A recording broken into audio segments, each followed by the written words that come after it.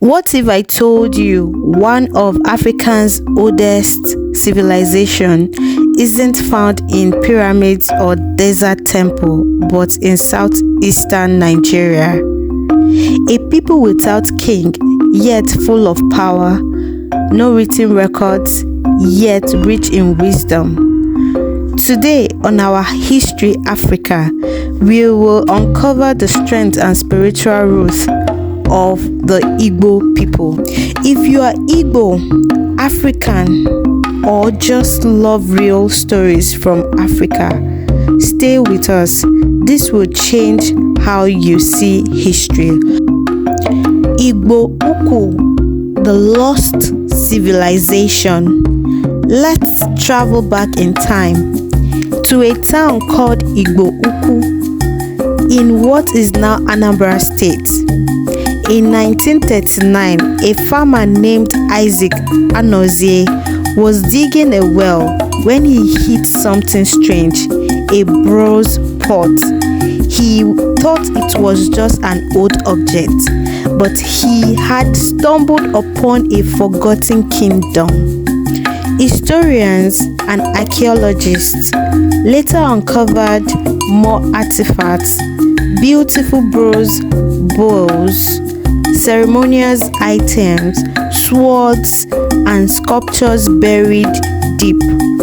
These artifacts dated back to the 9th century AD, almost 1,100 years ago. That's older than the Benin Bronzes and many medieval European kingdoms. What surprised researchers was the skill involved. The designs were advanced, using lost wax casting method that needed real knowledge and technology. How could villagers create such beauty in the forest? This find showed one thing: the Igbo had a highly developed civilization that could stand alongside ancient Egypt, Benin, or Mali. They were not just farmers, they were artists, priests, metallurgists, and philosophers. So why isn't Igbo-Ukwu in every history book? Because Africa achievements have often been overlooked.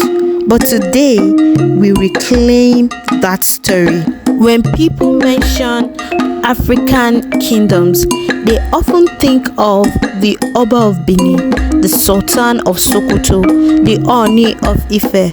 But the Igbo were different. They didn't have kings, they had the people. The saying Igbo Nweze means the Igbo have no king. This wasn't just pride, it was a belief. Each village had its own version of direct democracy.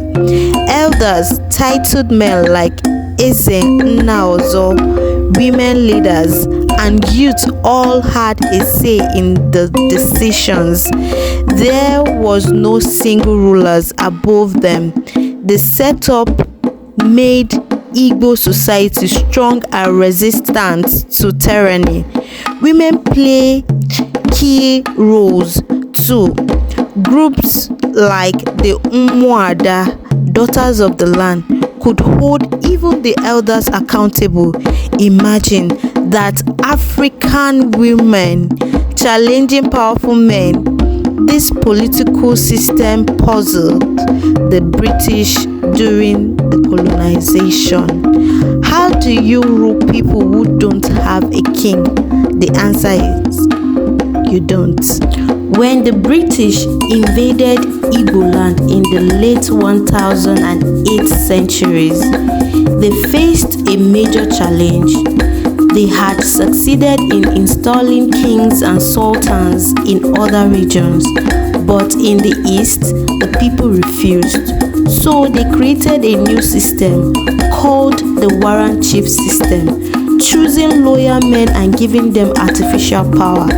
But the people saw through it. This weren't real leaders, they were puppets. In 1929, things reached a boiling point. The colonial government decided to tax women, especially women traders. These women are mothers, wives, and breadwinners.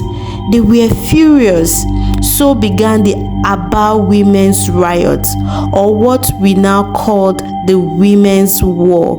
More than 10,000 women from Aba, Owerri, Umuahia, and other towns came together.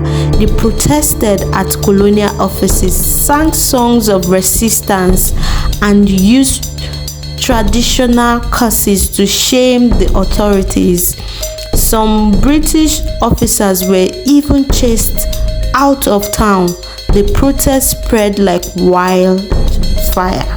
Though many women were injured and some killed, they won. The tax policy was suspended and the colonial government was forced to change. This was the first major resistance movement against colonialism in Nigeria, led entirely by women. The Igbo people are known across Nigeria and beyond for their business sense. Go to Onitsha, one of the biggest markets in West Africa. Go to Aba, the city of creators. Visit any part of Nigeria, you will find an Igbo shop, a trader or factory. But this spirit didn't start today. In the pre-colonial period, the Igbo controlled trade in palm oil, salt, cloth, and even iron tools. They had local industries and long-distance trade networks that stretched across Cameroon and Gabon. Even the slave trade period, while painful, forced the Igbo to adapt and build resilience through communal systems, rotating savings called isusu, and apprenticeship models. Today, the Igbo apprenticeship system is studied in business schools. It is a genius system where a young boy learns business under a master for years and is then settled with capital to start his own business. It is communal. It is sustainable. It is 100% African. One of the most painful parts of Igbo history is the Biafran War. After Nigeria's independence in 1960, the country fell into chaos, political instability, ethnic tension, and a series of military coups. In 1966, many Igbo military officers were accused of killing top Nigerian leaders in a coup. This led to a violent backlash in the north, where thousands of Igbo civilians were killed. It was genocide. Feeling unsafe and unwanted, the eastern region led by Colonel Odumegwu Ojukwu declared an independent nation, Biafra, on May 30th, 1967. Nigeria said no and the war began. For 30 months, the Igbo people fought to survive. Nigeria blocked Biafra's food supply. Children died from kwashiorkor. Villages were bombed. Families disappeared. Over 2 million people, mostly women and children, lost their lives. Though Biafran surrendered in 1970, the trauma never left. The war showed one thing: the Igbo spirit. The Igbo spirit would rather die on its feet than live on its knees. Beyond the war and politics, the Igbo culture is rich with beauty. Their food, ofe nsala, jollof rice with ukwa, okpa, fufu, and nkwobi, tells the story of the land. Their music, ogene, ekwe, ngwu, udu, speaks of community, ancestors, and joy. Every year, Igbos celebrate New Yam Festival called Iriji On, a festival celebration where the community thanks the gods and ancestors for life. Their masquerade, Mmau, are not just for dance, they are believed to carry spirits, connecting the living and the dead.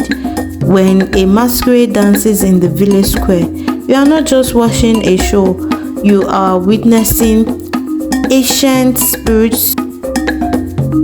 spirituality in motion. The Igbo fashion, their men are known to wear red caps. For their women, George wrappers, white chalks on their face, each one means something. Even Igbo names carry deep meaning. Names like Chukwudi, there is God; Ineka, Mother is supreme; Obinna, Father's heart. Today, the Igbo people are everywhere in business, politics, arts, and global innovation. They have survived colonization, genocide, and marginalization, but they have never lost their fire. From Chimamanda Ngozi Adichie telling global stories to Ngozi Okonjo-Iweala leading the World Trade Organization to Emeka Ofo, Cletus Ibito, and Innocent Motors building empires, Igbos are rebuilding one bricks at a time, but many still feel excluded from power. Some say the dream of Biafra never died. Whether one believes in Nigeria or in separation, one thing is certain: the Igbo spirit is unshakable. From the sacred grounds of Igbo-Ukwu to the crowded markets of Onitsha, from the battlefield of Biafra to the dance of the masquerade, the story of the Igbo is the story of greatness. This is not just Nigerian history. This is African history. This is our history. If you have enjoyed this video, please like, share, and subscribe to our History Africa. Drop your thoughts and comments in the comment section. What part of the Igbo history do you think the world should know more about? Tell me in the comment section. Thank you for watching. I'll catch you on the next video.